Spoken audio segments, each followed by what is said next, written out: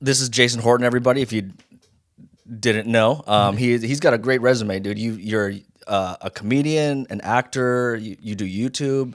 You've been on Comedy Central, the History Channel, and I saw your YouTube before you got here. And it's interesting what you make, man. Like paranormal stuff. You never really talk about, or I haven't heard you talk about this stuff. So YouTube was I guess my job and personality at one point, because I was doing improv. I was so ingrained in improv in Los Angeles and still am. And then through connections, I just started doing YouTube in like 2009, 2010, where like it was kind of sketch comedy and worked with a group of people. We had this part of this collective almost called Totally Sketch.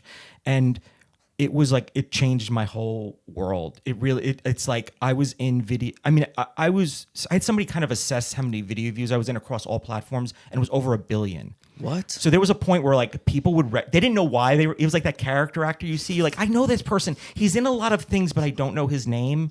That was me because they always needed like a dad or a teacher or like a dork, and it was a lot of them. The people were young, so it's like.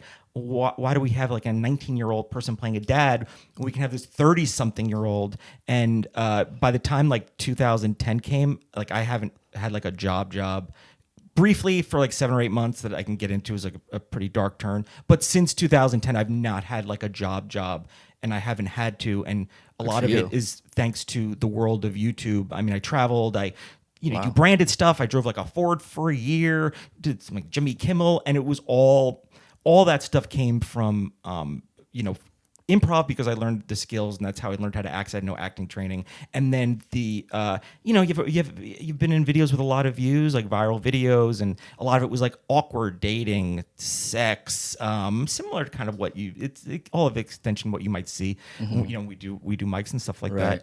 And it really was an amazing, opened up a whole new world for me. But there's people that are so popular that I was enough where I could make money, but also not be on the radar too much, where you get scrutinized too much. Not that I was doing anything, whatever, but I was also a little older. So by the time I moved to Los Angeles, my personality was somewhat formed, where I think at that time, some people I moved here when I'm 19 or 20, which I think is great, but they're still finding their personality and their thing. And I already found that. So I kind of realized I was like, I'm a little bit older. I don't have time to like screw around.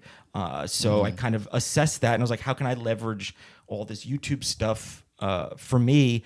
And that kind of ended in 2016 as YouTube changed, and what was popular on there, and it was very expensive to create sketches. We did interactive videos. That was a popular thing, like choose your own adventure.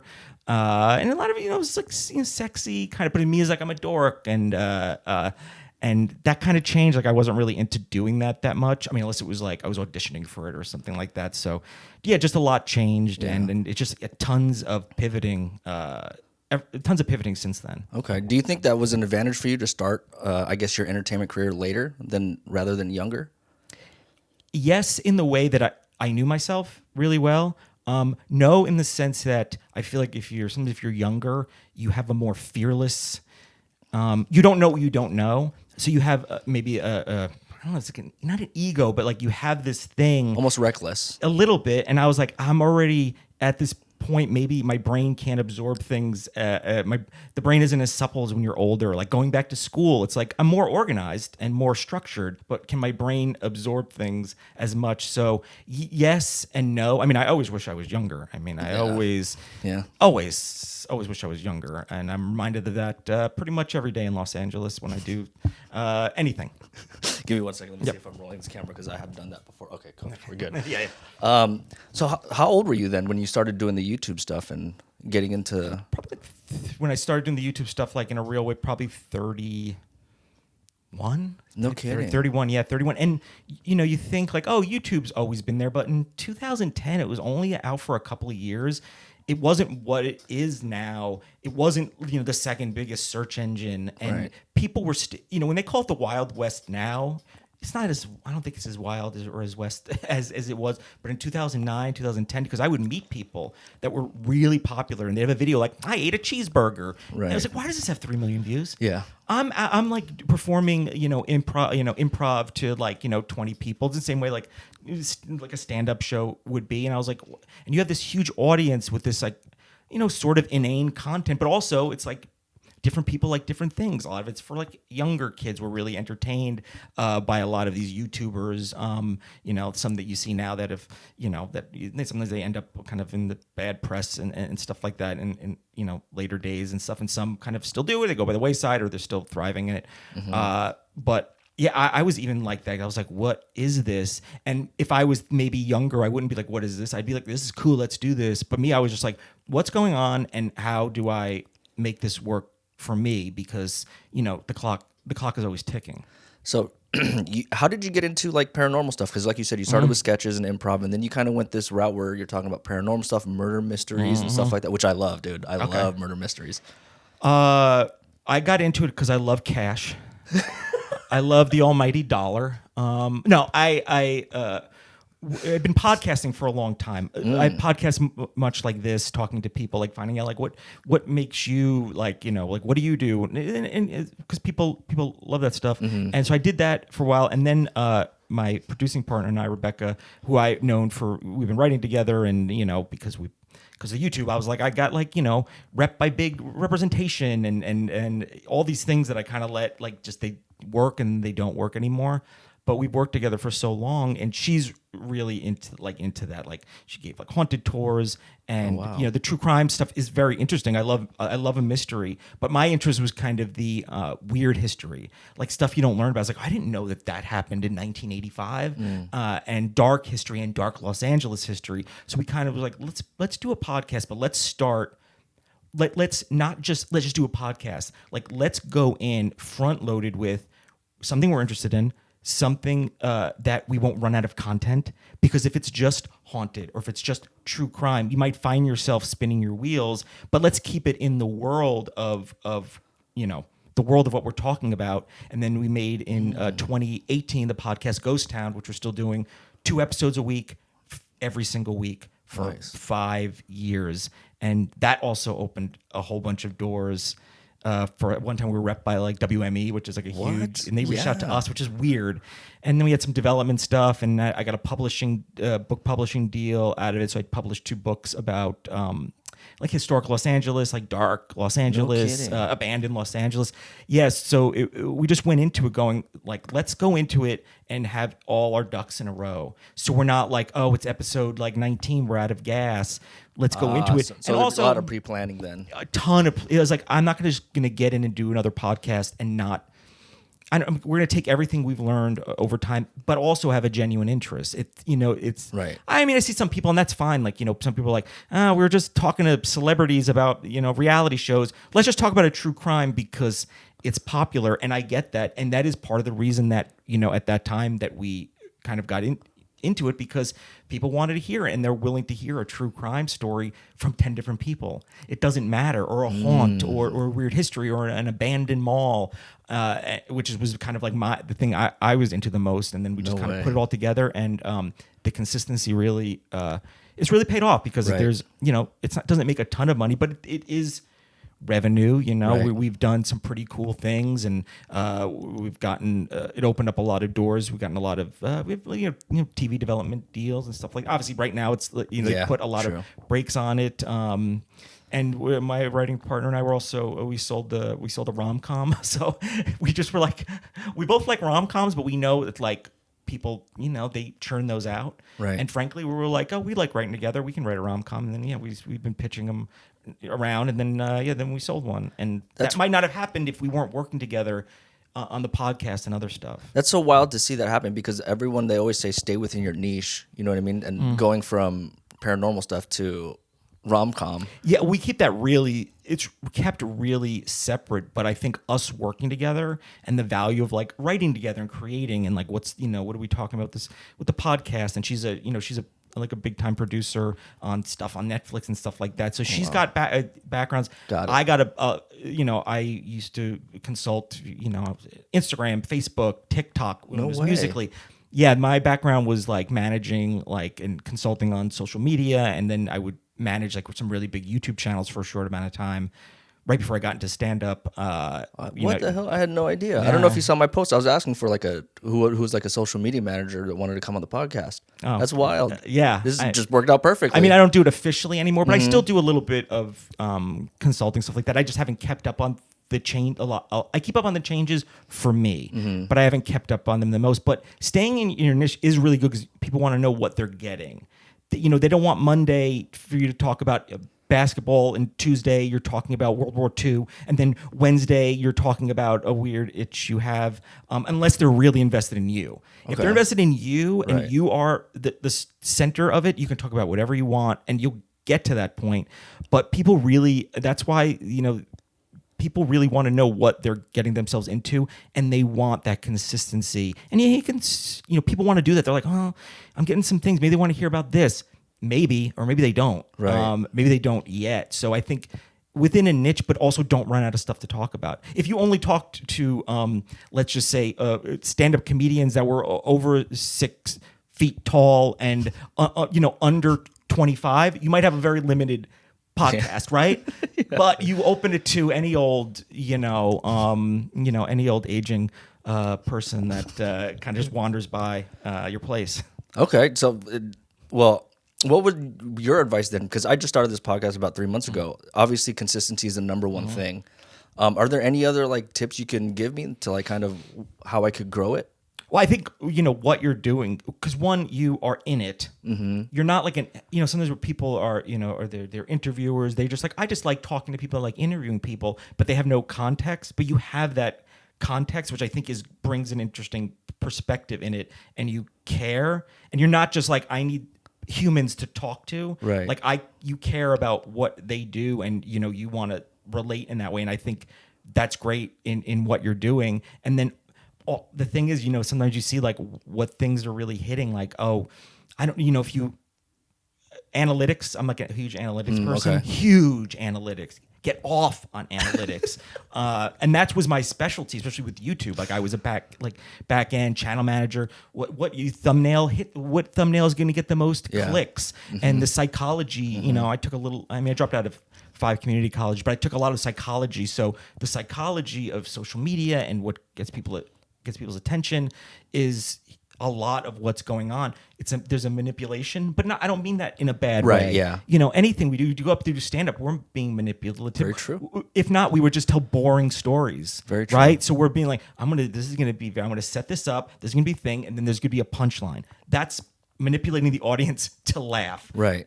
That's not a bad thing. And I think you looking at your analytics and going, either when I post on Wednesdays, it's big. Does that change my schedule? Or when I talk to perhaps a comedian, a female comedian, does that, does that tip the scale? Right. Are people dropping off at a certain point? You see those drop off points, and maybe it's like, maybe this podcast, because if you're on YouTube, there's the watch time, right, yeah. and things drop off. I'm just comparing it to that. What you see, it's always the same time. Maybe what you want to do is maybe you want to shorten that, so they're staying for as much. That's what they want. That's what everybody wants, is for you to be on their thing the long. I don't care if it's TikTok or Instagram Reels. Podcasting might be a little bit different, right. But if you can find those analytics or where people are from, just study those and see what trends there are. Okay. And, sometimes you can't chase them to death, but you can maybe lean into those a little bit depending on if you see something that's very, very stark. Okay. Would you recommend me kind of like, instead of posting the whole podcast and then doing shorts, maybe doing like 5-minute clips of the podcast? Like on YouTube. I mean, if you're hitting shorts, I think, is it 60 seconds? 60 seconds, yeah. Yeah, so I would keep that because what's good about it changed shorts, the game was what I heard. Yeah, the shorts. What's good about shorts and what's great about TikTok is you don't need to have a lot of subscribers. You can be an absolute nobody, and there's a meritocracy, I think is the word I'm thinking of, where you can put up one video, get 5 million views, and never put up another video again, and that could be it. And then you put up your next video and get 100 views. And it's really based on the way TikTok works is the algorithm. They'll serve it to X amount of people. If those X amount of people are engaging with it for an amount of time, sharing it, responding, then they're like, let's hit up a couple more hundred people. Oh, it's working for them. How about a couple more hundred people? And then they're sharing it. So they're kind of like, are you interested? They're not going to show it to 10,000 people to find out they don't like it. They're going to show it to 200 people to find out. And if you watch any of those, social media gurus, they're all saying the same thing. Okay. Their job is, and they have value, but their job is not. Their job is to watch more of their videos. Right. That's how they make. Oh, I see what you That's mean. how Yeah, they make I see money. what you mean. But finding like those things and being like, what is working? But podcasting on YouTube, I know they keep trying to get in. In that game, I think, people love like watching them. And I've listened to a podcast on YouTube too, so there's like really no loss, and it's the second biggest search engine. Right. And somebody, in case anyone is searching me, is like, what happened to that dude? Is he dead, Jason Horton? But maybe if you want at least the opportunity to be your podcast that I'm on, just for example. So you don't want to leave any money on the table in that sense. Okay, I see. Let's pivot here to comedy. Yeah. Did you start did you come to LA wanting to start comedy, or was it acting that you were more and improv? I didn't even barely knew about improv before I moved here. I just wanted to get out of New York and get a regular job and be near the ocean and just be somewhere else. I mean, I just grew up, you grew up watching TV and you're like, oh, Beverly Hills 90210, if not the newer one, the old one. Things like that. And you're like, that seems so cool. And I love grew up going to punk shows and hardcore and stuff like that. And there's like California bands, and they just kind of painted like a picture that I was like, I want to like see what this is like out here. But no, I always was like, yeah, I would like to do this. And I did some stand-in work in New York just to make money. So I always wanted to. I did some high school theater, but no, I had no. I kind of like found it and like fell in love with it strictly by accident. I wasn't like chasing it down until I was chasing it down. Tell me about that though. How you accidentally found comedy? Well, so I, like I said, I went to that improv show, and it's just like all it takes is somebody to say like, you can do this. It's true. I think I don't know, like the earliest time somebody said that I was funny, and I wasn't the hot cool guy in school at any point. I know it's very difficult to believe. I'm not just saying that just for a bit, but when I was like, I don't know, maybe I was like 10 or 11 or 12, a popular guy in, I don't know what grade I was in, 6th, 7th, 8th, maybe 8th grade. Let's say 8th grade. So back in the 1940s, he's like, you're funny, but just so you know, I'm Eddie Murphy and you're Richard Pryor. And I thought, number one, thank you for telling me I'm funny. Like, he let me know that like I'm funny, and everyone to know, this guy's funny. But I was like, I mean, I think I'm getting the better end of the deal. I loved Richard Pryor, and not in the way like, oh, I loved his, I really got his stand up at a young age. I know everyone's, when they're just like, oh, when I came out of the womb, I was listening to Steve Martin and George Carlin. It's like, no, you weren't. You were Teenage Mutant Ninja Turtles, or whatever it is you were doing, and then you found it later. You don't have to change your narrative. That's a separate thing. But I was, I watched those 80s movies like Brewster's Millions and The Toy, and I was like, I love Richard Pryor, same with Rodney Dangerfield. Yeah, man. And I think what I really gravitated to is I would look at them, I was like, they seem so sad. Like I know it's comedy, I know it's funny, but their eyes are so sad. I think it takes like a kid that is not thinking about what's cool. His head isn't filled with ego and stuff like that. That's why little kids will play, right? Right. Because they're not thinking of, oh, I don't look cool playing, whatever. Oh, I see. And I think there was a lot of that to me. There's no internet to like cross check or like proofread or fact check. So for me, I was just like, they seem so sad in the eye, and Richard Pryor and Rodney Dangerfield in a way. It was like, pretty dark characters.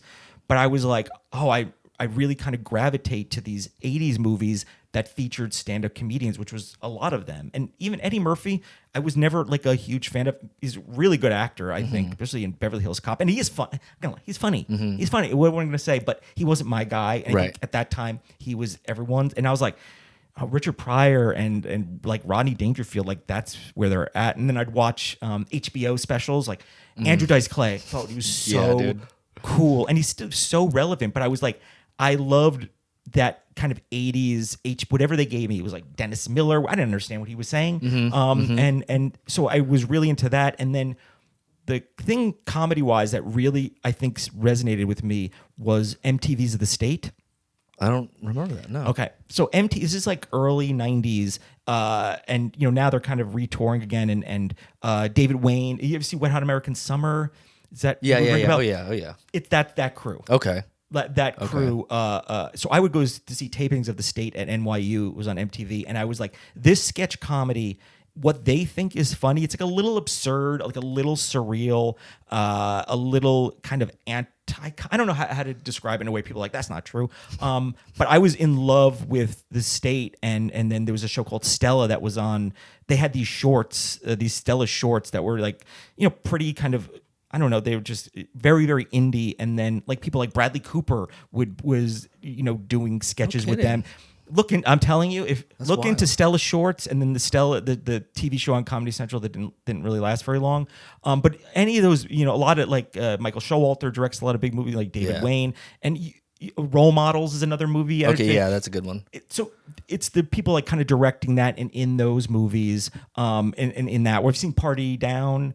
I haven't seen Party Down. No. Check up your Party. So it's just a lot of those people have kind of infiltrated. You'll recognize them, but that was something where I was like, I want to do this. So I tried making with VHS tapes. We'd make like parodies of the movie Scream or something like that. But people were calling me and they were like, are you home alone? I hear you're really fat. And it's like, how do you know? It's like, I'm watching you eat right now. So it's just like me like being like a fatso eating. Like it was that kind of stuff that we'd make with like VHS tapes and like huge cameras, but no internet to put it on. It was just for us to watch. Wow. To be idiots. And then so when I had that stuff, but I wasn't going to do anything with it. I didn't know what to do with it. There was no internet to tell me what to do with it. Really at the time. But I was always an early adopter of like email. Like when email came out, I was like, this is amazing. Chat groups, chat rooms. Yeah. You know what I mean? Like AOL chat. Yep. It was Messenger. AOL yeah. Messenger. Yeah. I was just like, I'm talking to girls. I think I'm talking to girls on this AOL chat. But I was like, this is like amazing. And so I was an early.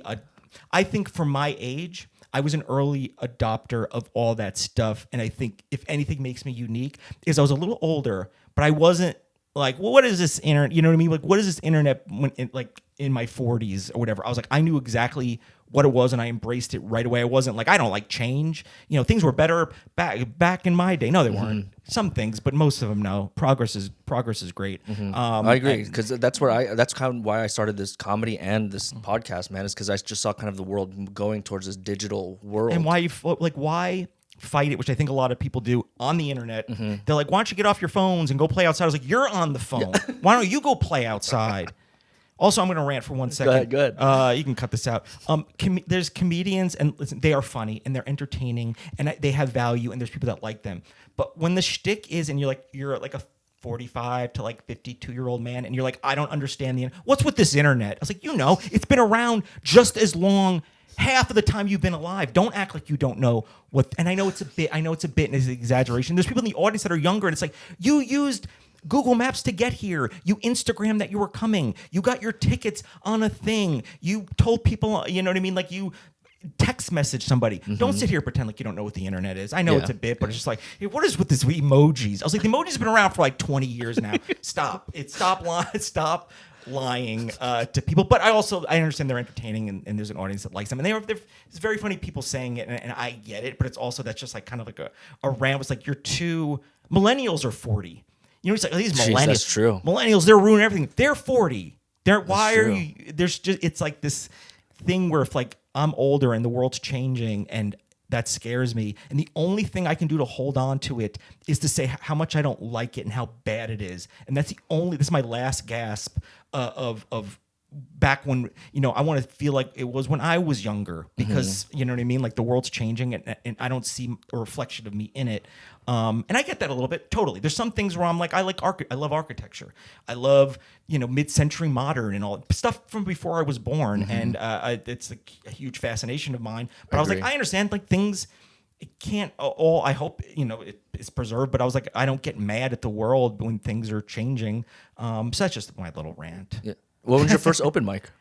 My first open mic was I was at a job where I was channel managing, working a corporate job, watching other people.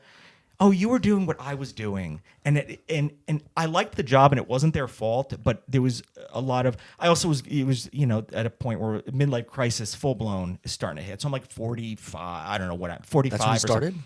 Yeah, 45. Wow. And I was like, you know what? I'm going to get back into podcasting and I'm going to give stand-up a try because for years people were like, when can I see you do stand-up? Because I look like somebody who did stand-up. I see. Right? I look Wow. like, and I did improv. And I was like, I don't do That's stand-up. true. Not in a snobby way, but I was like, I work with other, I don't want to be the center. Even when I did YouTube, I was like, I'm part of a thing. I don't want to be the center of it. I want to just be a small part of something really great. And then I was like, you know what? I'm going to try it. And then I did it. I forget the name of the place. I forget where it was at. It's not there anymore. That was probably like late 2017. Okay. And I could have blacked out. I don't know what I was saying. I talk really fast in general.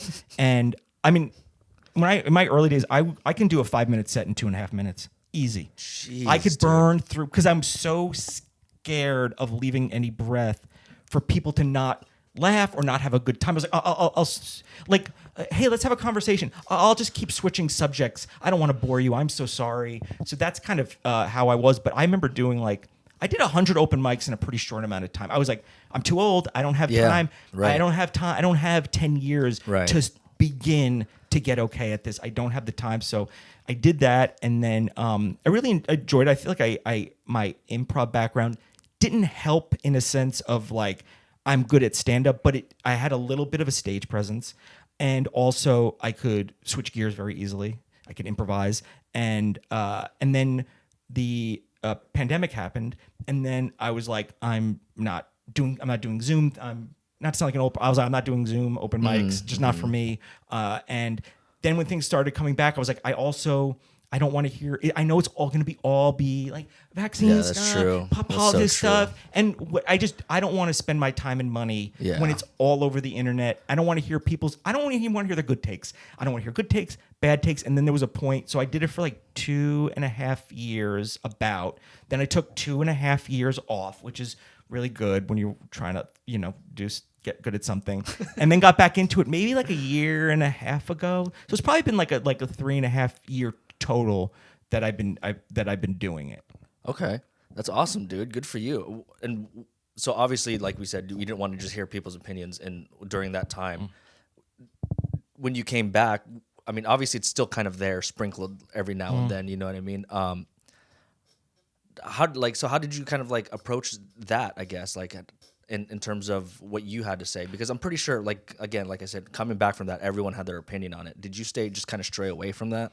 I mean, of course, the world changed a little bit. I changed a little bit. And I think I was kind of at a point where I was like, I don't want to turn 50 and be like, I should get my act together, like my health or my, whatever it may be. So I was like, I want to be like, when I turn 50, like, I want to be like as optimal as I possibly can be. And I think with stand-up, I had that thing where I kind of reevaluated a lot of things, and I still kept the humor is basically the same, but I really worked on slowing down, which is something I've worked on since I moved to California. Like, I just tend, if I get around my family, we speak really fast, have a weird like New Jersey drawl, you know what I mean? Where I was like, say draw instead of drawer. And those were things that I worked on. So a lot of it was, the jokes are sort of the same, but it was really the way I was kind of presenting myself. And I'm I perform as an exaggerated version of myself, but it is me. It's the same thing I've done for the last 20 years.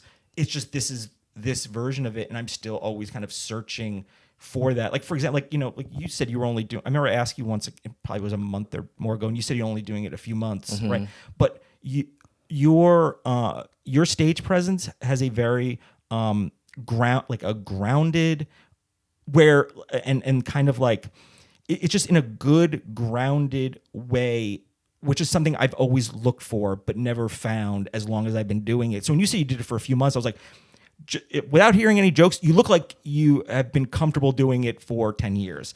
It's just that thing that I've never found. So I wanted to let thank you, dude. Seriously, thank you. But I know you're putting the work in and making your own discoveries, but you have a very, you just have a very like grounded, centered way to be like, here in this way, and I could just deliver my stuff without too much noise or mess, or like where I'm a little, but I'm also using that. But the version of me now was way more frenetic before. It was way more frenetic, and I just was in San Diego and I did four shows there. Yeah, and congratulations. That's awesome. it was dude. amazing.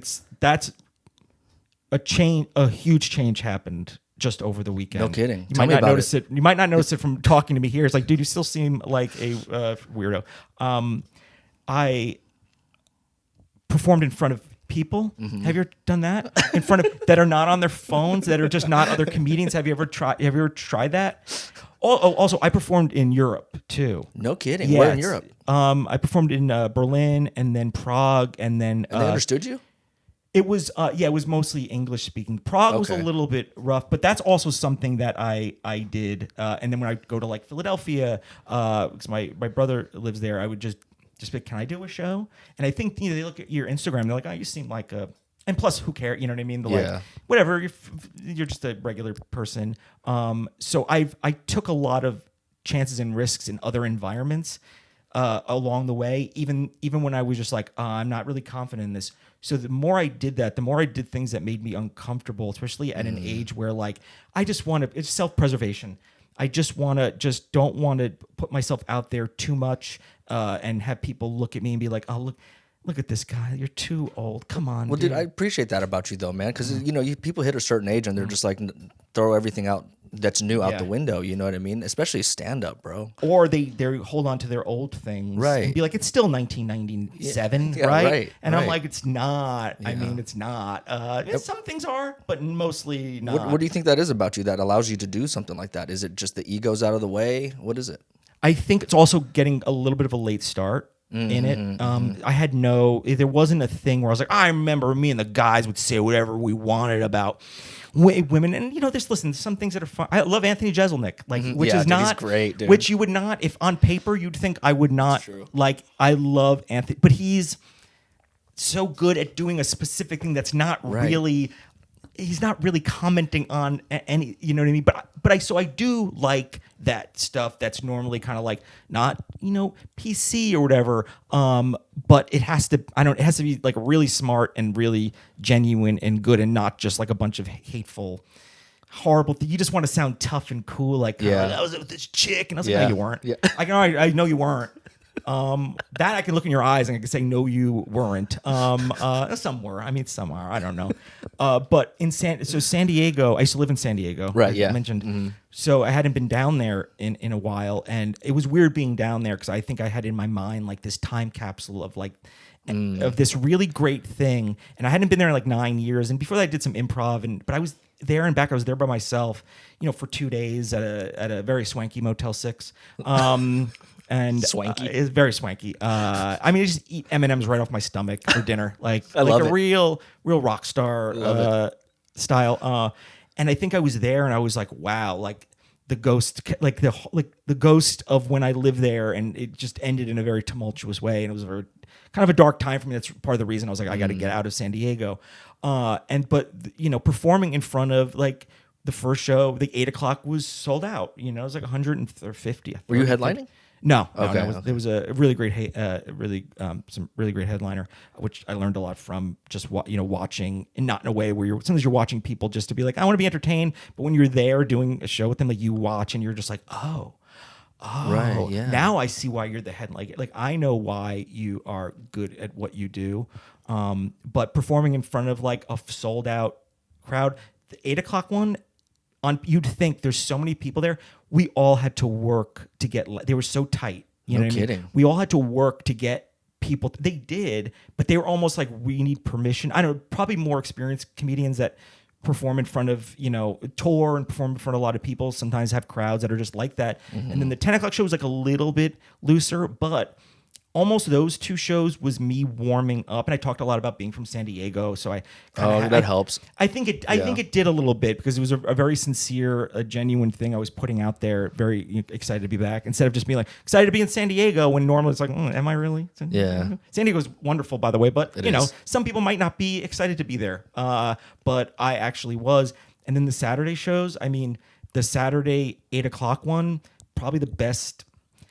the best I've felt and probably the best I've done, because they're getting the opportunity, most comedians know this, to do 10 minutes 4 times in a weekend in front of, even the small show had 60, 70 people. That was the small show. And it's still full. It's just, it's not full on the side. So you have a full people in front of you. And then just realizing that, like, I don't need to speak every 2 seconds. I can hold for this laugh. I don't need to go to the next joke. And I actually worked on things from the last 2 nights that when I brought him there, I did them for the first time on stage. I was like, let me try this out here. I feel like it could work. And I really learned a lot from that, little dealing with crowd in a good way. They were really, really great. But probably for me, it's like usually like, 5 minutes. It's 5 minutes. A couple times 7 minutes or whatever. And it's not in front of, and sometimes you don't feel like the stakes are high. You're just like, let me just get through my 7 minutes. I want to get all my jokes checked off. But for me, it's like, I want to perform. That's I like kind of saying what I think is funny and interesting, and I hope other people do too. But like, I want people to have a good time. I want to perform, and sometimes when I do open mics, I'm like, oh man, I feel bad. I'm like the unskippable YouTube commercial that you can't skip, and I'm that, and like people are just waiting to get to see the next person. I'm just like in the way. So I have a very like, oh, I know. I'm sorry that I'm. Don't do that. But that's and I kind of use that a little bit, but just being on that stage for 10 minutes. It was just like a real, when people talk about a little bit of an out-of-body experience, I had that and I wasn't expecting it, because Friday night, I thought I was like, okay, get up there, give me your best stuff and really work. There was people were just really, really into it. And no, I was not the headliner. And I think they had like a 15-minute, there's a 15-minute and a half hour. But maybe sight unseen, you might think that I was at least the 15-minuter, even though they were also very, they have Comedy Central specials and they have late night stuff, and they're great and they're polished and they do it in a way that's effortless and carefree, at least in my eyes. But you might think for a second on that Saturday 8:00, you're like, I think this guy was one of the, one of them. But in my mind, I was like, this is very, very new for me, and it changed.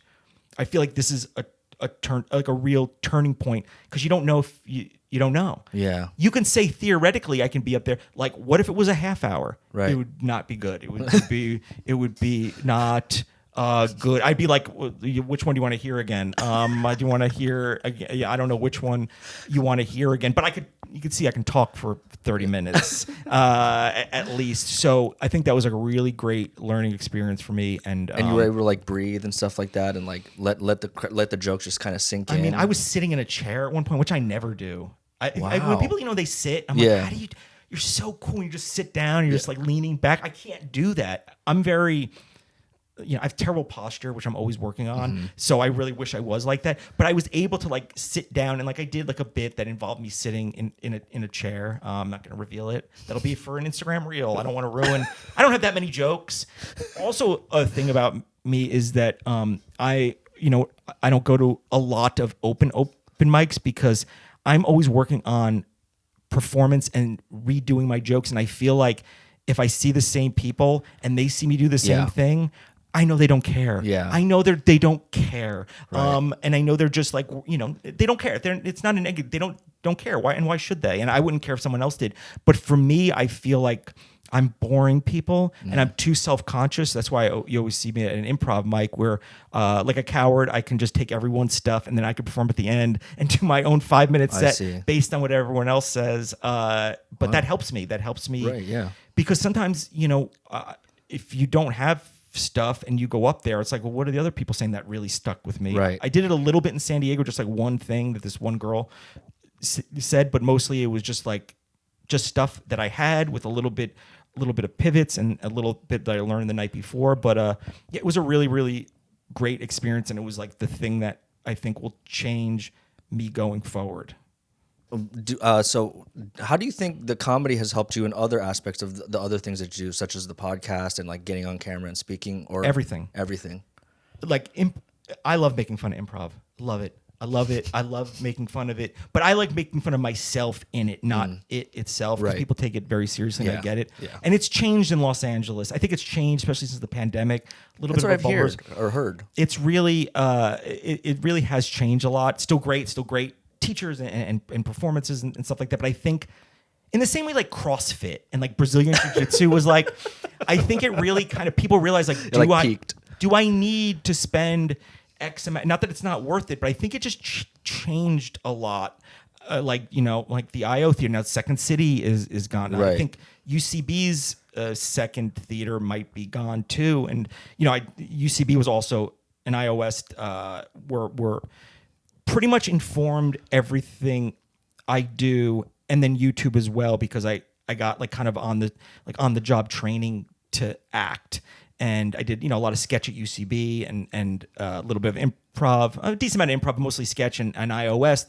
I mean, I got tons of stage time. I was on a team and I was teaching and coaching. And I mean, I'd spend 30 plus hours, whether it was interning, classes, watching shows, just living and breathing between UCB and IO. Wow. And I was cleaning the toilets at UCB for classes. I mean, I was so deep in it, and an old person, but you meet people, you have a community, right? Which you probably, you find it in stand-up. It's really hard to find. Absolutely, man. You get on the job, kind of like you're up there and you're performing and you're learning and you're watching amazing people. I mean, I did improv with Jordan Peele. That's how long. It's random stuff. I mean, it was like kind of like they have these cage matches. So it'd be like one team and another team, and I was on one team. And Jordan Peele was still Jordan Peele. This is like 2009 or something like that. Yeah. But he is Jordan Peele, and I knew he was Jordan Peele. And I just remember like kind of like we're doing I don't know what we're doing a thing, and I was just like, it's Jordan freaking Peele. I was like, what is it's. And I got to perform with like that's pretty decent, like big actors and big people in the comedy world, and it's afforded me all of that. Every commercial audition I've had, any performance, podcasting, stand up, talking to dating. Oh man, if you're an improviser and you're dating, I mean that's a whole separate thing. But your ability to listen, right? Yes, right. Ability to listen and the ability to pivot and switch gears and remember is just a really amazing. It's a really amazing tool. Plus, there's a community where like you're dating within that, which is a separate thing. So yeah, I mean, improv and YouTube, and then a little bit. There's always a little mix in there. Has been informed so much of what I've done and experienced and stuff like that. And yeah, I mean, I bag on it, but I wouldn't be anywhere without it. Okay. What do you think the change was with the improv? Like, why do you think it's kind of like fallen, and especially in LA, where I feel like starting comedy and then people who were, when I was working in film, who were actors, they all said just improv, go to improv, and then all of a sudden I think it was after the pandemic where it kind of went away, right? I think before you want to blame the pandemic. I think before that, I just think there were so many places, so many classes, and really, yes, every agent is going to be like, make sure to take improv. And most commercial auditions I do, they're looking for improvisers. I've auditioned for TV shows without any acting. I auditioned for like Parks and Recreation and The Office like a zillion times, but I wasn't a good actor. They were like, oh, you're funny, or somebody from Modern Family saw me and they had me in, but I didn't know how to audition for any of that stuff. And I wish I had opportunities that I squandered that I'm doing now. Been in acting classes, which is terrifying because I'm like, looking at myself on camera, nightmare. Oh my gosh, it's awful. I can't even, when people, especially acting, where you got to act like the character. But and at least with stand up, you're kind of yourself. Oh, I hate more looking yourself. At that too. Yeah. Looking at the reels to try to make reels, I'm just kind of like, oh god, shut up. You're so annoying, dude. Shut up. Please just don't be too annoying for like 20 seconds, please. So it's a nightmare. I don't know how people look at themselves. Maybe they have some self-confidence, but yeah. I've been in so many videos. And I've done some right, that's what's weird about it, because you have like it's your whole life, right? Or your whole career. Do not like looking at myself. Will avoid it. But sometimes you have to kind of see. But I kind of do it like this, kind of like where my eyes are like this. Where I'm kind of looking through myself just to kind of see where like the edits are. And I know if I did it more, it would help me. It would help me if I did it more. I'd be better. But you know what? I'd rather, I don't want to get better. I guess I just don't want to suffer. I don't want to feel bad. So I'll just stay mediocre. In fact, I took some of my stuff I did in San Diego and I kind of ran it through a thing where it does like text translates in it. You know, yeah, that's how I yeah. edit podcasts too. By the way, I edit it first via text. Okay. Which is weird. It's a weird thing, but it's been very helpful. Edit via text, so you put the text in first. I upload the audio, and then it kind of The AI puts it, right. and then I will just edit the text. It's a little bit of it's a little bit of finessing, but when I see like, oh, we say this 4 times because we get it right, it's like that's gone. I see. Instead of me dude. listening, going, no, that's wrong, edit again. Nope, that's wrong again, edit, and it saved me so much time, by the way. But I took that and I see how many times I say or Yeah. not as many as I used to. Used to be a lot, so that has lowered, but it should be almost none unless it's for an effect. Right. Unless I'm like, I don't know. I think I'm a blah blah blah. Unless that's what you don't want to. That's what it is. It's a lot of that. Like I don't know. It's that emoji. That emoji. It's like That's it. Like that's like what I do. But I that's something I learned without having to look at myself. And that's crazy because your podcasts are video, right? No, it's just audio. We've tried. You know what I mean. You kind of remember talking to you about it, right? Because I think if you want another tip on how to get, please, if you are a podcaster and you're like, why are we not? There's probably it could be a bunch of reasons. It could be, some people are very lazy and they don't edit out a bunch of dead air or a bunch of, because they're like, well, we're just talking, we're just being real. Yeah. But it's like, you want the world at large to care. If you want them to care about people, like they don't know you, if you need to make it easy for them to listen to as much as possible.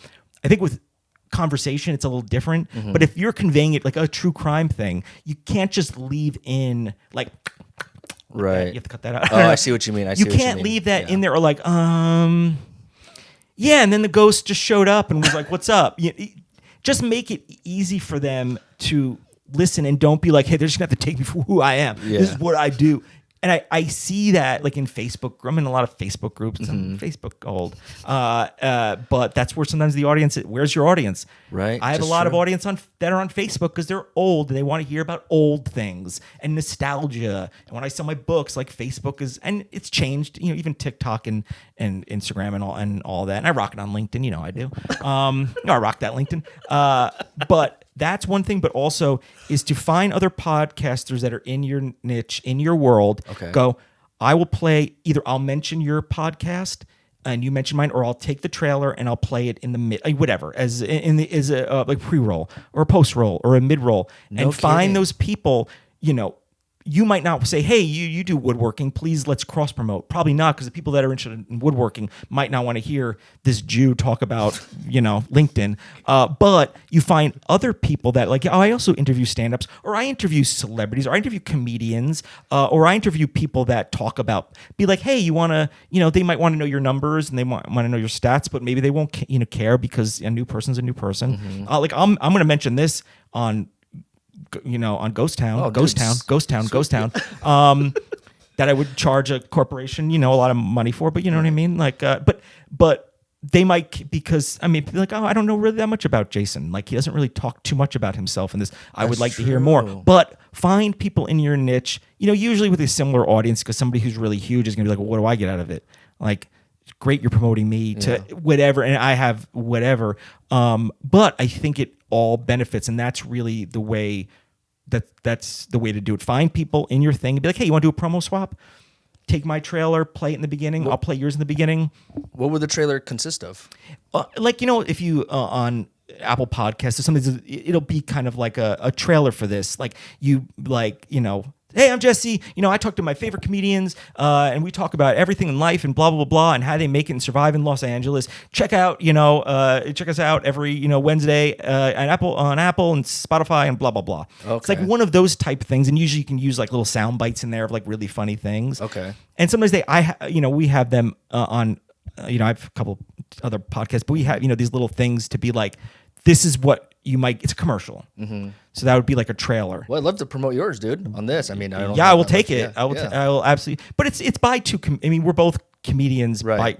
by historically, but we talk about things that are very LA or very like, I didn't know that happened, that weird thing happened. I didn't know they had Pizza Hut on the moon. You know, like just stuff that I'm like, how come I didn't know about this? Right. That's so weird. Or like really dark history stuff, like something with a TV. Like I've mentioned this in the open mic. There's like there was a sitcom in 1990 in the UK about Hitler. It was a regular sitcom. If Hitler and Eva Braun moved next to like the Goldsteins, and it was a straight up sitcom called Heil Hitler, Heil Honey, I'm Home.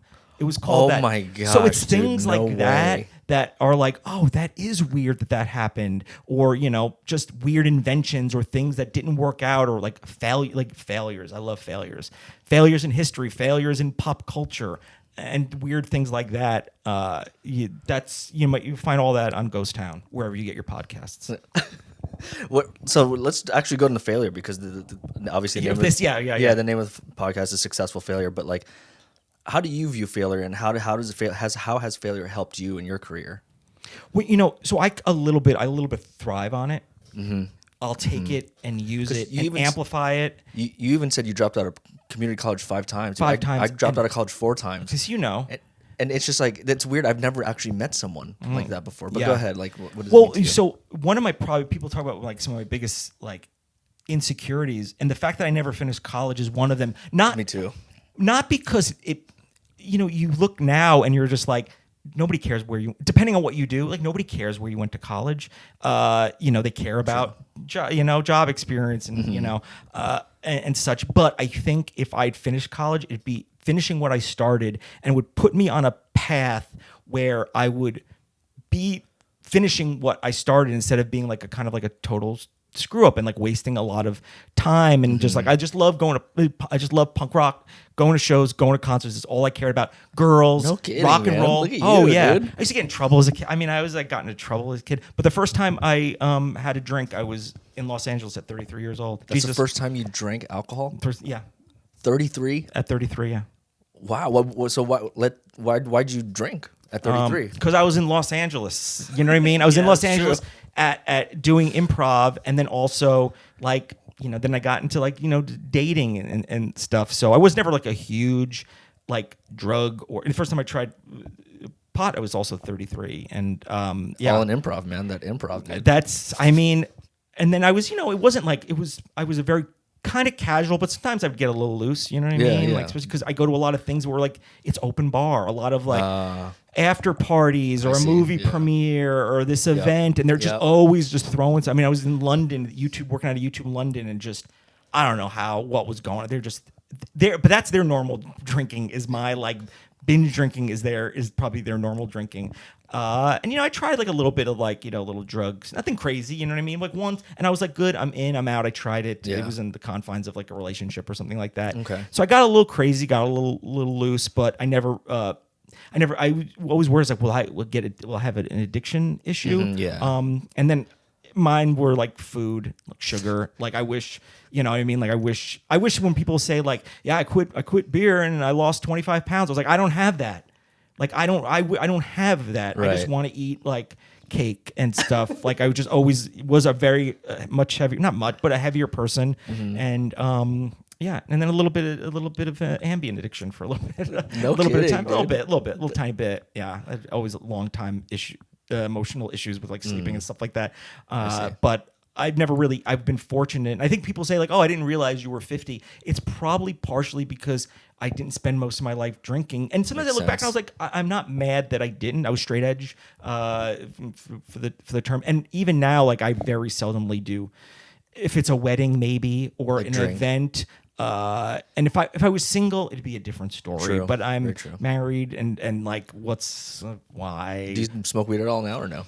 No, I don't do. I never really was into that. Adderall, I'd probably like. Seriously? That'd be my thing. I've had some extracurricular Adderall. That would probably be my jam. No like, kidding. Yeah. You're already like so like energetic already, dude. Yeah, but sometimes my brain is like so like, so I just want that like, or if cocaine was good for you, I guess I'd probably. But then everyone would probably do. That'd be more things that I was interested in. But wow. Yeah, no, I mean, I I think that's maybe, and I've always been like a huge vitamin person. Huge. I mean, I've been taking vitamins since my dad like got me into like at a young age, like starting with Flintstones, and I've been a vitamin person for pretty much almost my whole life. Has that made me better or healthier? I don't. I'd have to live twice to find out with the same DNA and under the same circumstances to see. But I do feel like I probably benefited from not drinking excessively, or doing like drugs excessively. And I'm not talking about weed. I'm not even considering. I just never did any of that, and then I think that might be part of the reason why I could look older. But there's people that drink and do drugs and they look great too. That's true. They look amazing. They look amazing. So who knows? But I think that might have a little bit to do with my ability to be 50 and still like do all these things with like as much energy as I possibly can. Mm-hmm, mm-hmm. Where do you see yourself with the comedy, dude? Is this something that don't say 10 years? Yeah. It's just so I think about that a lot. The thing is that I'll call myself a stand-up comedian, but I really just say comedian because I think I don't put as much as the effort that it really needs that other people are putting in there. Mm-hmm. Like, I was a guy who came down. He just came down, LA, boom, came down, did 2 shows, went back, and then is going on tour in Atlanta. And I don't know if I have that kind of energy or to do. I listened to some other episodes. I know Adam Fink was, he was, doing like 9. He says he was up to 9, and I was like, damn. Yeah. Because I was listening for that because the reason I follow a lot of comedians because I want to see what you're doing.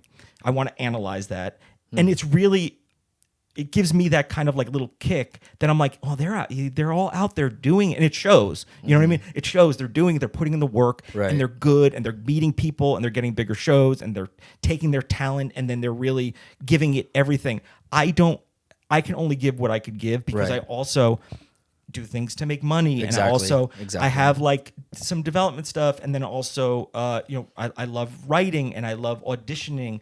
I just can't do it all, but I used to do 1 open mic a week, at some point, and I was like, oh, I could as long as I do 1 a week, and then I realized I was like, I'm never ever gonna, so now I try to at least get up, whether it's a show or whatever, at least 3 times a week, which is nothing. Right. It's absolutely, that's start. Yeah. That's gateway. That's like your start. But I would like to do more in different environments. I'm going to go to Philly and do a bunch of shows there. So what I found is that like I've been able to, if I'm going someplace, it's been relatively easy for me to get on, shows. I ask sometimes, you're from Philly or you're from Jersey or you're from, wherever. I was like, you make some connections, and they look and they see my Instagram. They're like, okay, this guy seems sane.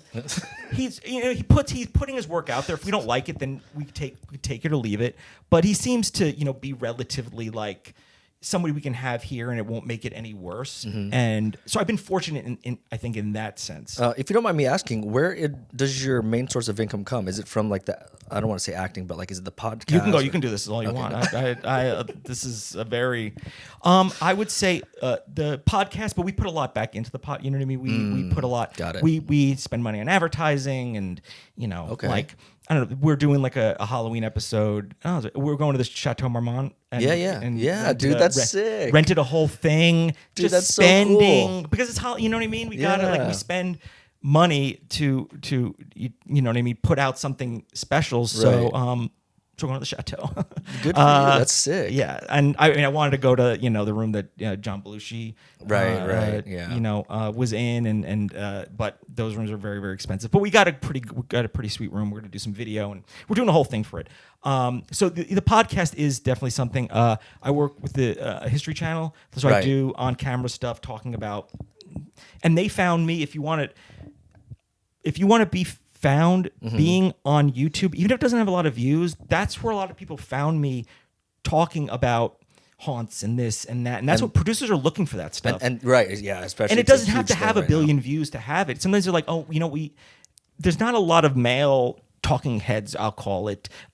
So I'm one of maybe a few compared to the amount of female led ones. Totally killing. Everyone's doing such a great job, but be on there. I was remember the show Tosh Point Oh? Oh yeah, I saw that too. Yeah. So it was a video I had, not even on YouTube, where I had a lot of views. It was on Funny or Die, which I used to do a lot of stuff there. And a producer found it, was like, oh, hey, we want to use this on Tosh Point Oh. And it might not have like 103 views. I don't know, whatever it was. What? You don't know. People are constantly looking for stuff, and it could be you that they're looking for. Give them the opportunity to find you, and don't worry about how many views it has, because they might just be searching, you know what I mean, like whatever it is that you happen to do, and they're like, oh yeah, he does a pretty good job at that, and we can probably afford him, you know what I mean, too. They're also probably like, they're probably also thinking about that. They're like, we could probably they're probably available and affordable, which I am. I mean, I'm a little bit like, I've raised my thing a little bit, because once you have a lot of credits, you can charge for speaking engagements. You can go to fest. And do you do that as well? Yeah. I've done it. But now, we're starting to into 2024 kind of sort that out. Good for you, man. That's freaking awesome. Dude. Yeah, and it's just stuff I enjoy. It's not like a thing where it's like life insurance. I used to be a life insurance agent, by the way. Like technically, I worked for a marketing place in San Diego and got my life insurance license. Never used it, never did anything with it. But like I just wanted to I don't know, do it. I just wanted to get that like a license. I took like the test to get the life insurance license. And that's just these little things that I would like, these little risks, these little things that you do that like, it's difficult, it's hard, but the more you do it, the more confident you'll be in doing the next thing. Because I'm terrified every time I get up on stage. Every single time. I don't see it, dude. I really don't see it. The improv, not as much, but a little bit. Every single time I'm sitting there, my heart rate thing is like going, and that's not a joke. Like I'm watching, because I think it's like everyone's kind of has a gun pointed at each other. Like everyone's a little bit nervous. Everyone's self-conscious, but no one else cares. Everyone else is being supportive. Right. And it's all but that's the agreement we've kind of all made. But yeah, I'm terrified every time I get up and do something. Once I'm up there, I'm not as much, not so much, because I've never really like bombed, but it's only because I've never taken a risk to bomb. So I've never there's some open mics that I've done back then. Nobody's cared, and I get that, but I can't say that I've ever bombed, because I take jokes that I know that have worked, right? I'm not taking that many risks, and because I'm afraid of that, because I'm so old and fragile that I don't know if I can bounce back. Well, do you think that your experience over the weekend is going to change that at all? Your approach to stand up? Definitely, because it's almost like, when sometimes if you go to therapy, it's like, did I get anything out of therapy? I don't know, but I went to therapy. I did work. I feel like, it's like getting a vaccination. Not any vaccine. Just pick one. Just pick a vaccination. I don't care. But the thing is, I got the shingles vaccination. That's not like a touchy subject, right? Because I don't want to get the shingles, and I'm old. Now, I'm going to go out in the world and going to worry very little about getting the shingles. I don't even know what they are. I don't know. I have no idea what the shingles are. You don't need to know. You're too young to live. I don't even know. Get outside. Get outside. Get off your phones. No, bring your phones and watch and listen to my stuff and Jesse's stuff. But it's this thing where it's like, I put in the work, so I feel like I've given myself a little bit of this confidence to be like, I'm a little bit more protected. Like I'm a little more going there more confidently and do that. And that's what all these little things, these little risks that I take do. Sometimes I'll do mics like a more like a LGBTQ mic that's more for that and for allies. And I do it because I want to see, does any of my stuff translate? Right. And I'm not I don't even curse. Right. True. In my car, I'm screaming and yelling, but I'm like, I hate my, you know what I mean? I just say them all. Yeah. But I choose to be a clean-ish comic because I feel like if I go too far out, I won't be able to come back. If I start, that's true. That's happened to me before, dude. It's hard to rein in, and I feel like if I'm clean, I could do more. It's like a bit of a strategy. I've done some clean shows, and if they want like a clean comic of this, kind of type. But yeah, I mean, I just don't take many risks. I've taken more of them, but I've never actually bombed. But it's not because I've been so good. It's just because I wasn't like really, really, truly putting myself out there to have the chance to bond. It's like asking out somebody that you know they like. They know that you're into you. Yeah. They know you're gonna say yes. Right. So you go that route because you know you will not get turned down. Instead of being like, I feel like there's something, but she could say no. Right. And I don't choose that route as much. And maybe I'm kind of learning to do that a little bit more. And then just being like, it's okay. And I'm just watching good people be like, okay, cool. We'll just move on. You won't remember it. Nobody cares. Yeah, exactly. Nobody cares. Like, I wake up in the middle of the night and I'm kind of like, you idiot, you just wasted everyone's time. You're so annoying. Stop wasting it. Stop being so annoying. Stop being so obnoxious to everybody. In the middle of the night where like all your defenses are down. That's been me like pretty much forever. But then I go and I do it and I get like relatively I got to be honest, I've been getting relatively positive feedback ever since I started doing this. I think because I'm unique in a little bit of a sense. I'm a little bit older, so I stand out a little bit, whereas other people see somebody's like, oh, we know that's what you should be like. We know this is like your thing, and it's not that good compared to the other person. But there just aren't as much of me to be like, oh, you're not as funny as that other person. It's, like early when I was doing improv in San Diego, somebody was like, oh, you remind me of Steve Carell. This is in 2007, early, and that's, how huge that is. And I love compliments, love them, not good getting them. I'm like this, like my whole thing, but it's not because I'm like, I'm so humble. No, I want them. Yeah. I want them, but I'm just not comfortable taking compliments at all. So even in anything, and I know sometimes people are just being supportive and stuff like that, and I'm supportive too. But I think everyone's great. I mean, everyone does something. I was like, oh, that's pretty funny. We do that, right? Yeah, we're checking everyone is like, I've gotten more comfortable with compliments. I'm not gonna lie. I used to work in film, and whenever someone would say something about my film, I'd be like, yeah, but I see, like the blemishes of what I made. Right. And like doing the podcast, doing the stand up. I'm not saying that there are no blemishes, but it's just like, you got to appreciate because so much work you put into it. You know what I mean, man? So you got those little wins, you got to accept and those. they're not looking at it in the same way you're looking at it. They don't know. They don't know what they don't know. There's movies that we probably love to watch, teasers we love to watch, and the people that are making them were like, that's true. That shouldn't have been like that. I was like, no, and it breaks your heart to hear it too. Yeah, that's very when you're true. like, oh, I hated this song, and I was like, this song meant so much to me. How can you tell me it sucks? Right. And I feel like that's the I guess I don't know. That's the problematic version of ourselves, kind of self-editing and like self-reviewing. We're constantly no one's asking for a review. It's like I get up there, it's like, this is only going to be 2 stars because I suck. But like we don't. It's for us to say. If it's not for you to give the review of yourself, I don't know. Yeah. Do you get nervous when you go on like the History Channel and stuff like that? I do because I'm very self-conscious on how I look because it's the History Channel. There's a lot of there's some weird. That's true. A lot of weird. A lot of free ancient aliens. It's a bit of a but. And nobody cares. Nobody's looking, but I'm self-conscious of it because it's my face and head so prominent. Sometimes my whole big head is filling up the screen. I'm like, It's like somebody look at their YouTube channel. It's like, why am I the thumbnail? Anything else? It's like Samuel L. Jackson's the host. Put him. You know what I mean?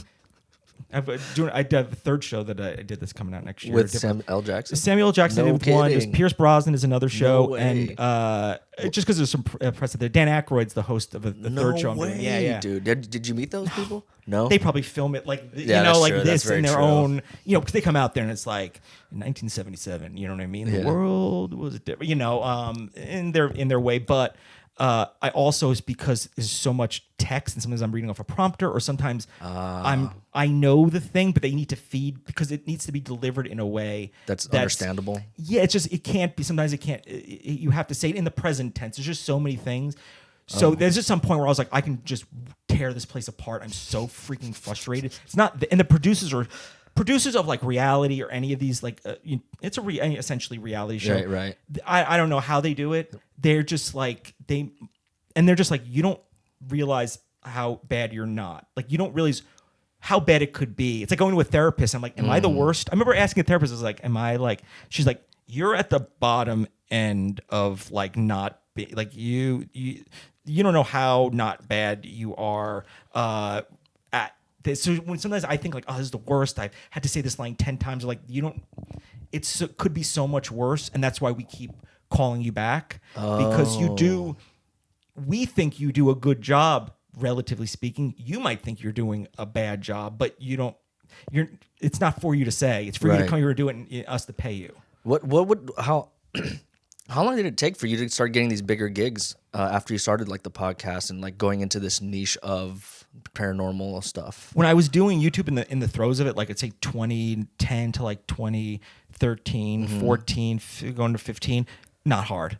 I mean, it was like I went to Switzerland to a film festival. Damn. With other YouTubers, I have nothing to do with film, and most of the other people didn't have anything to do with film either. We're just all in Zurich, Switzerland. I'm learning how to make chocolate, and like we're going to. I saw La La Land there. It was like wasn't out yet, Nice. And but now it's like I made a decision to reinvent myself in a way and refocus myself, and then I did it again during the pandemic. Like during the pandemic, I was like, either I'm going to be either you're an actor, or you're not an actor.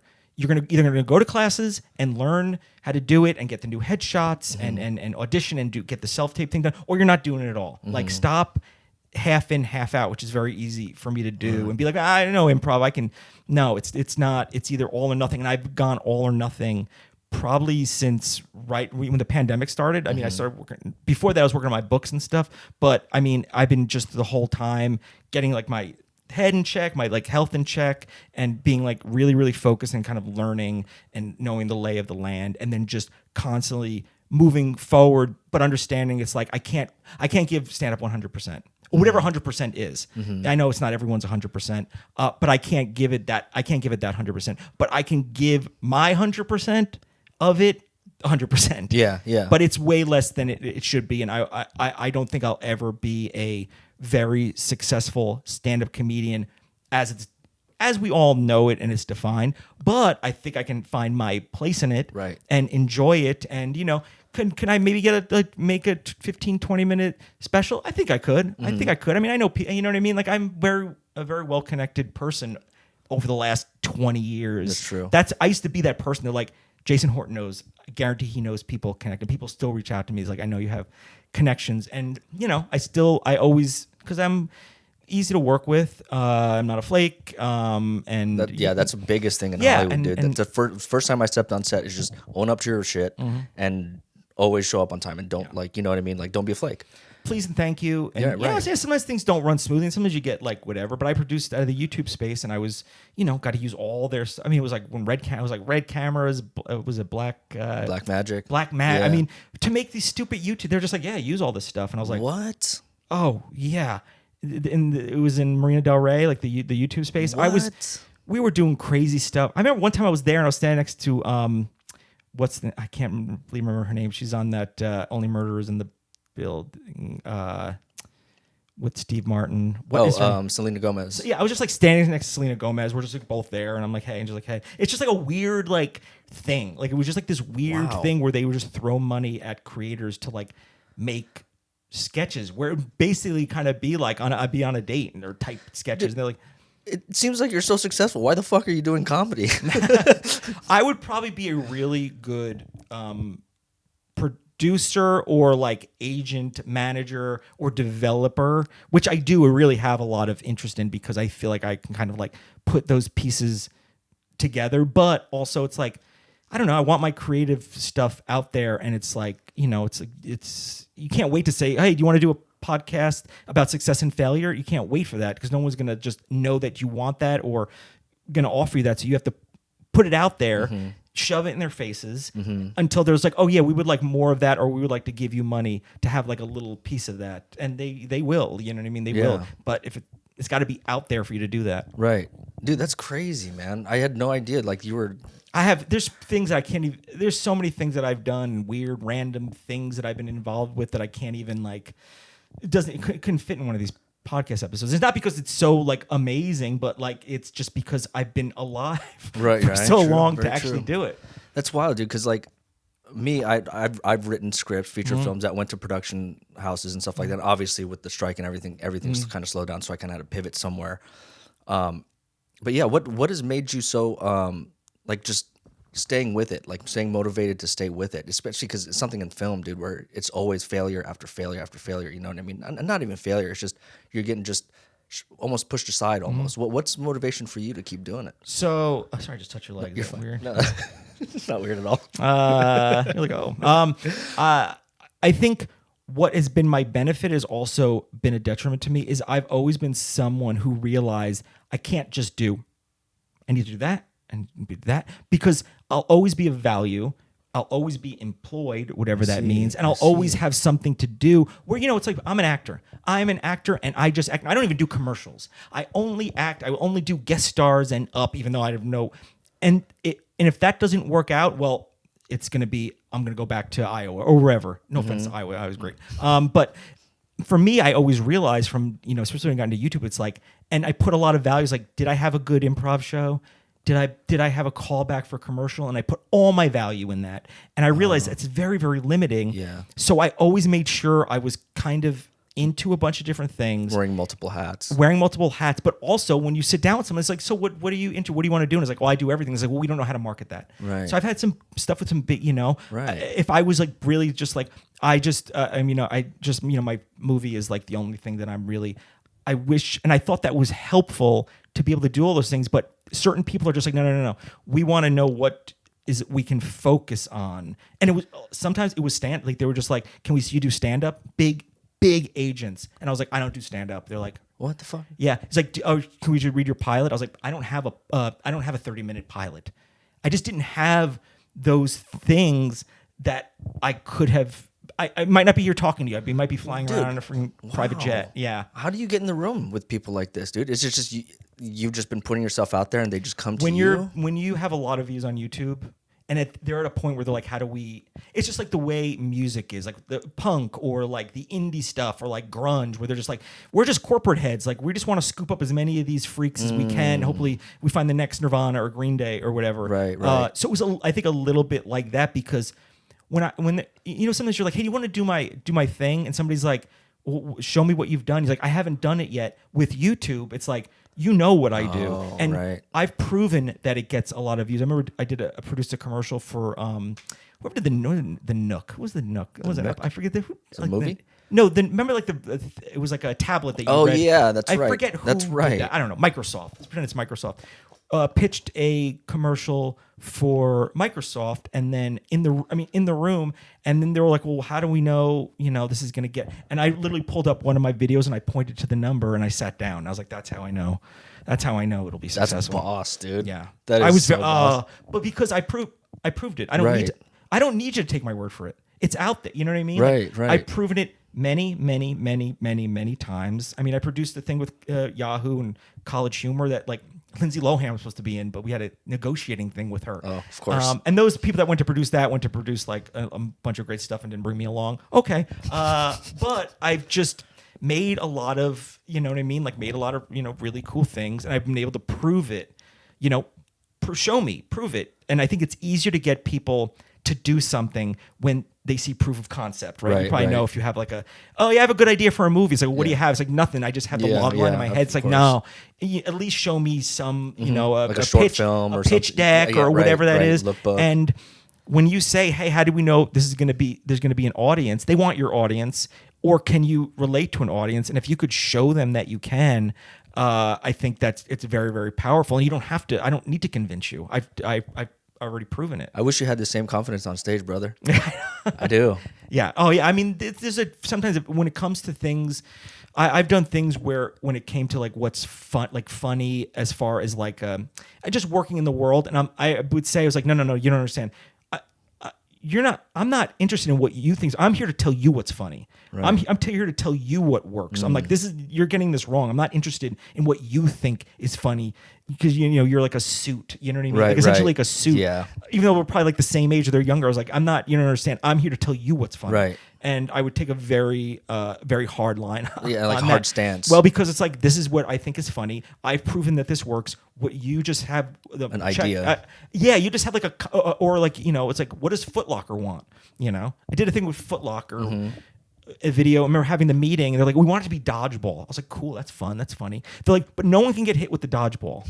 And I was like, in fact, no one could get like hit with, like no one could. I was like, well then, but we want it to be funny, but do whatever you want. It's a lot of that. Do whatever you want. Yeah. It's good. Hey, listen, whatever. Except make sure we suggest things that take all the funny out of it. Right. Except for that, it's whatever you want, dude. Yeah. It's you see those things on TV, like people. It is like that. There's a lot of people. Maybe it's changed now where they are a little more like carte blanche with it, but then they want it to be like, hey, whatever, you're the funny man, except can you please have the brand, you know what I mean? Can you please take everything? And I've worked with Nintendo, all these brands, they always have a thing where they're like, oh, you can't blah blah blah, and it's like, well, that's what but you want it to be good and you want it to get a lot of views, but you're taking everything away to not make it. So yeah, I do sometimes have I have a little bit of an ego about it, especially back then, and I was just like, I know what works. I've done the math. I've crunched the numbers. You haven't. You have no experience in it. You don't know. You literally don't know. It's just your job. Yeah, exactly. To do this thing and to hire people. Yeah, and I was like, I'm not interested in what you think is funny and interesting. I'm here to tell you what it is, and that's the bottom line. Dude, I love that about you, Jason. That's freaking awesome, man. Yeah. I like I said, I wish you had this confidence on stage, dude. Yeah. I mean, I'm pretty when it comes to like you owe me, if you owe me money or you're saying something that I like it's. I mean, I almost told someone I was gonna come to San Francisco and show up at his office because he owed me $50, and it wasn't because of the money. It wasn't the money. It's a principle. It was the principle. And I was like, you don't understand. I'm not gonna get blown up. If you forgot, it takes time. I get it. Yeah. Whatever. But don't treat like whatever because you got paid. I'm $50 an exaggeration, but like, you got paid. You got paid. I've been in that. It's like you got paid. You got paid. You got paid. You got paid. I didn't. Why am I the only one not getting paid? Of course you don't care. I was like, Shit. I'm not. I'm gonna get paid, and I'm gonna be a relentless animal until I get it. Like that's what I was like because I felt like I was. And it's like an insult. Like you should try to bring this on stage, bro. Especially because like you have the kind of like that pushover kind of. Right. And then you just talk about this. I think that'd be great for you, dude. Yeah. That's a great like what this like a misdirection almost. Right. Yeah. I think it's great. Yeah. You don't want to. I mean, you don't want to. Don't bring that side of me back out. No. I said I wasn't gonna. No one wants to do it again. Me. Yeah. That and my rap career. They said that I was. I said I would. They said I left that behind me, but they're gonna pull me back in. We're gonna close it out here soon, but I wanted to ask you because, like I said, I used to do a lot of behind the camera stuff, and now that I started comedy and this podcast, I'm seeing myself kind of where you are at right now, where I can wear multiple hats, be on camera, and I actually, like I said, see myself being on camera and doing the things that you do, like talking about what you're interested in. What would be your suggestion for me to kind of keep pushing to get to that? Like, am I doing the right things right now with the podcast and the stand-up? Is there anything else I could sprinkle in? Well, I think there's things that you can automatically bring that other stand-ups don't have. I mean, I would imagine that if somebody's like, hey, I want to record a 30-minute special for myself, you could do that. Right. You could do that, not just because you could do that. No, you could do that because that's what you do. Like, you have a technical, you have a creative, you're on both sides of it. You could be outside of it and you could be inside of it, and you also know how to probably facilitate that and make that happen where plenty of other people can't do that.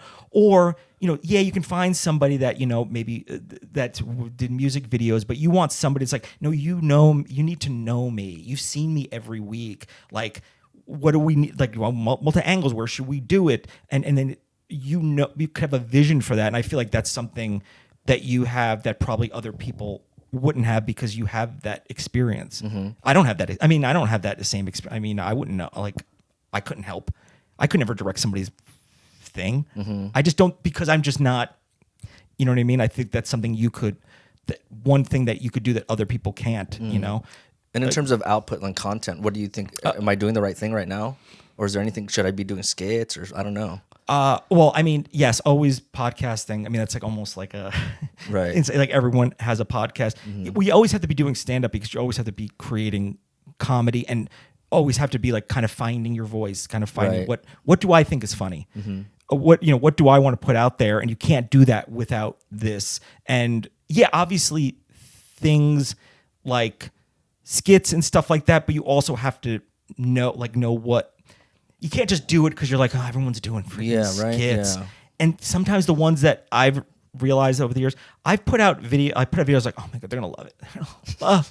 Nobody cares. Something that I just kind of, I was like, yeah, we'll just do this really quick and we'll just throw it up. That one of those videos was one of those videos that we worked on. And I think it has 100 million views. What, dude? And we were just kind of like, we have 2 sketches and we'll do this one. It's like, okay, we're done with this one. You want to just bang out this other one? Yeah. Holy crap, 100 million. And how short are these skits that you do? Well, this was back in the YouTube days, but that was, 3 minutes. It was very short, dude. Then. It wasn't like where it was like this long vlogging where it's like, watch me eat like the largest pizza, which is great. Listen, that's a great thing, and it's a niche. It's a niche. It's for kids or people that just want to be entertained. But yeah, it was sometimes the things that you think like they're gonna. I mean, you've probably gone on stage and done that. It's like, oh boy, you're gonna love this, and it's just kind of like, yeah. And then you say something else, and then that is a throwaway, and then people are laughing. That's true. They're like, wait, hold on. I almost need somebody to please keep track on the things that are like working and why and what. So I think there's a little bit of that. But yeah, you want people to see what you think is funny as both a production person, if that's what you're interested in. Like, see this, see my vision, see how I do these things. Even like, I asked you about your which is wild, dude, that you asked me, because I went on your shit and I was like, what the fuck is he asking me for? The thing is, I saw something that I liked and I was like, I want to know how that's done, because I saw that as being a way to see something that is, I think, the way it should be seen. It's just, I just believe it worked. I could have found other people. I could have asked, if many people have like, they're like kind of split, whatever, they have their podcasts and stuff like that. But for some reason, there was something about this where I was like, I want to know. And I asked you I wasn't asking you to like, just for polite chit chat. I was like, I wanted info. And I think you need to take what you think is funny and interesting and get it out there. But also, if production or like if you're a visual person, if you have a vision, you need to be able to show that too. Not, hey, this is really funny. Sorry, the lighting's sorry the lighting and sound, and there's no, you know what I mean? There's like no thing to it. Then that's not going to help you either. But also, having a lot of gloss and no meat is not going to be helpful either. So it's also like, I've found what I find funny and interesting, but also that I can replicate. I can never run out. I'll never run out of this. I've been doing it for so long, and I'm just very good at being me. I see. I'm very good at being me, and I do know that there's other people that I don't think can. There's a lot of me types out there, but look, I don't run into many of them in stand-up. There's just not as many, so I don't. Where I'm sure other people like, oh man, I see this dude. I'm like, hot dude, he's a tall dude. He's got good hair. You know what I mean? Yeah. Like, I don't ever see that. Like, in commercials, I do all the time. Commercial auditions, all the time. Right. But outside of that, I don't see that a lot. So on stage, like, how many me's have you seen in a show? Probably not many. No, you know what I mean? If any. Yeah. You know what I mean? So I feel very fortunate in that. So it's very easy for me to say, but that's also, I'm also, the trade-off is old person, which I'd rather be younger and one of a million, but that's okay. But yeah, I think it's just, what do you think is, what's your personal thing that you could replicate that is really you, and also you can show with the comedy, like the tone and the comedy, and then also the visual. Right. I think you just find a way to really, everything you put out, you have to test the water sometimes. Absolutely. Like, I don't know but don't just throw garbage out there and leave it up there. Exactly. If you don't want it to, if you think it's a bad representation of you, unless it hits for, if it hits and you're like, oh, this isn't really me. I usually don't do like, if I did like a sex joke and it did well, I'd leave it up there because it's like, it's okay. But I was like, I'd rather it be like something, I'm not going to do a lot of that, but I'm also not going to stop that from happening. So yeah, just like be that everything's a business card in that sense. I love that you said that, because when I started comedy in this podcast, it's just I've been doing it out of my heart, dude. Like I was very selfish before this, right? Like I'm going to be a director. I'm going to be the next Martin Scorsese of Las Vegas. You know what I mean? And ever since I got out of that, man, it's just been, I've been having so much fun lately. More fun than I ever did with kind of like the stuff I was doing with film, which is, it's weird to say because I thought that was going to be my whole life. Well, it's so much more out of your control. Like, you're picking something, you want to be the Martin Scorsese of Las Vegas. Right. That's, a lot of that is most of that is out of your control. Right. I mean, you can the best script, the best thing, and it's never been done. Whatever. Most of it's out of your control. Where this is, you're in control of it. You control what you put out there, and you can create your own narrative and all that, and keep kind of like tweaking and moving. And that's what you have to do. You have to keep kind of reanalyzing your stuff. Right. Just at a point where you're like, I got this. Yeah. Keep getting better, keep tweaking, keep going. Like, so, like when Adam talked about going, he's not going 9 times because he's like, I already feel like I'm the best in the world. Mm-hmm. He's like, no, I'm hungry. I want to keep getting better and better and better, and keep going with that and constantly reevaluating himself. I'm sure listen to some, Joe was on here, and he's one of the people. Honestly, if it wasn't for him, I don't know. He was. When Fourth Wall is one of the earliest mics I did, and he was very cool, very open. Loved punk rock, so I was like, I'd love that. And if I didn't have something like the Fourth Wall up in NoHo, when I first started doing it and when I got back into it, that's the first place I went. I don't know, like I don't know. So I owe like any place is cool. Like, just a great dude. So I listen to his thing. I love Joe. He's such a good. He's like has a good mind for business, and he's a hustler, but not a grifter. That's what I really like about him. Like he's not like exploitive. He's just like, listen, I'm providing this space to do this, and I'm opening things up and doing things, and it's not like you know what I mean? It's not like a grift, right? Yeah. But he's a hustler, but also he provides like a really great space. And if it wasn't for him, and he's funny as hell, you know what I mean? Like he really kind of like, I don't know, he just knows what he's doing, and I know he's down on himself too. But I was like, I want to hear more about your band, dude. Yeah. Frankly, I don't know. I think that's really cool. Yeah. But I just have to, places like we wouldn't be talking right now. Maybe exactly. Fourth Wall. Exactly. If this was like some other, I don't which is another great place, right? But I don't know if we'd be having this conversation. I don't think so. I mean? Yeah. If the environment isn't as much for. It's more welcoming, dude, and it feels like he creates this environment where it's a community. Yeah. Right, like where I go to other open mics, I'm like, what the fuck is this, dude? Where am I at? And you could be, socially a middle of the road. You could be like a right or a left, and still not feel like you're, it's like, I got to go in there. It's a battle, because there's some places that I'm kind of like, I won't go. It's just too. It's too rough. I mean, it's just too rough for me. And there's probably some places that are like, they don't want to see a 50-year-old white guy. Even with my liberal views, they're probably like, you know what? And for me, it's like, you know what? You're right. It should be a space for somebody else with like a young. I'm happy to get out of the way that for new voices and progress and such. But Fourth Wall is a great place where, if, like I told you, anytime it says, hey, what kind of mics, it's always Fourth Wall and one other place is backup, just in case for some reason it gets wild. But it's always Fourth Wall, and I throw another place in there because I just need to put that out there. Well, dude, I'm gonna cap it right here. Jason, thank you so much for coming on, brother. Let's let the people know where they can find you on the socials. My Instagram is the Jason Horton, and you could find me a podcast called Ghost Town. And I think, I do have a website, thejasonhorton.net. I've set up so many websites over the years, and I keep losing the domain names, and they turn them into like gambling things. But I think it's thejasonhorton.net, and Instagram, thejasonhorton, and podcast is Ghost Town. I'll link those in below, as I always do. Jason, again, brother, I appreciate you coming on. Me. And thank you, everyone, for listening and watching. Thank you. Bye.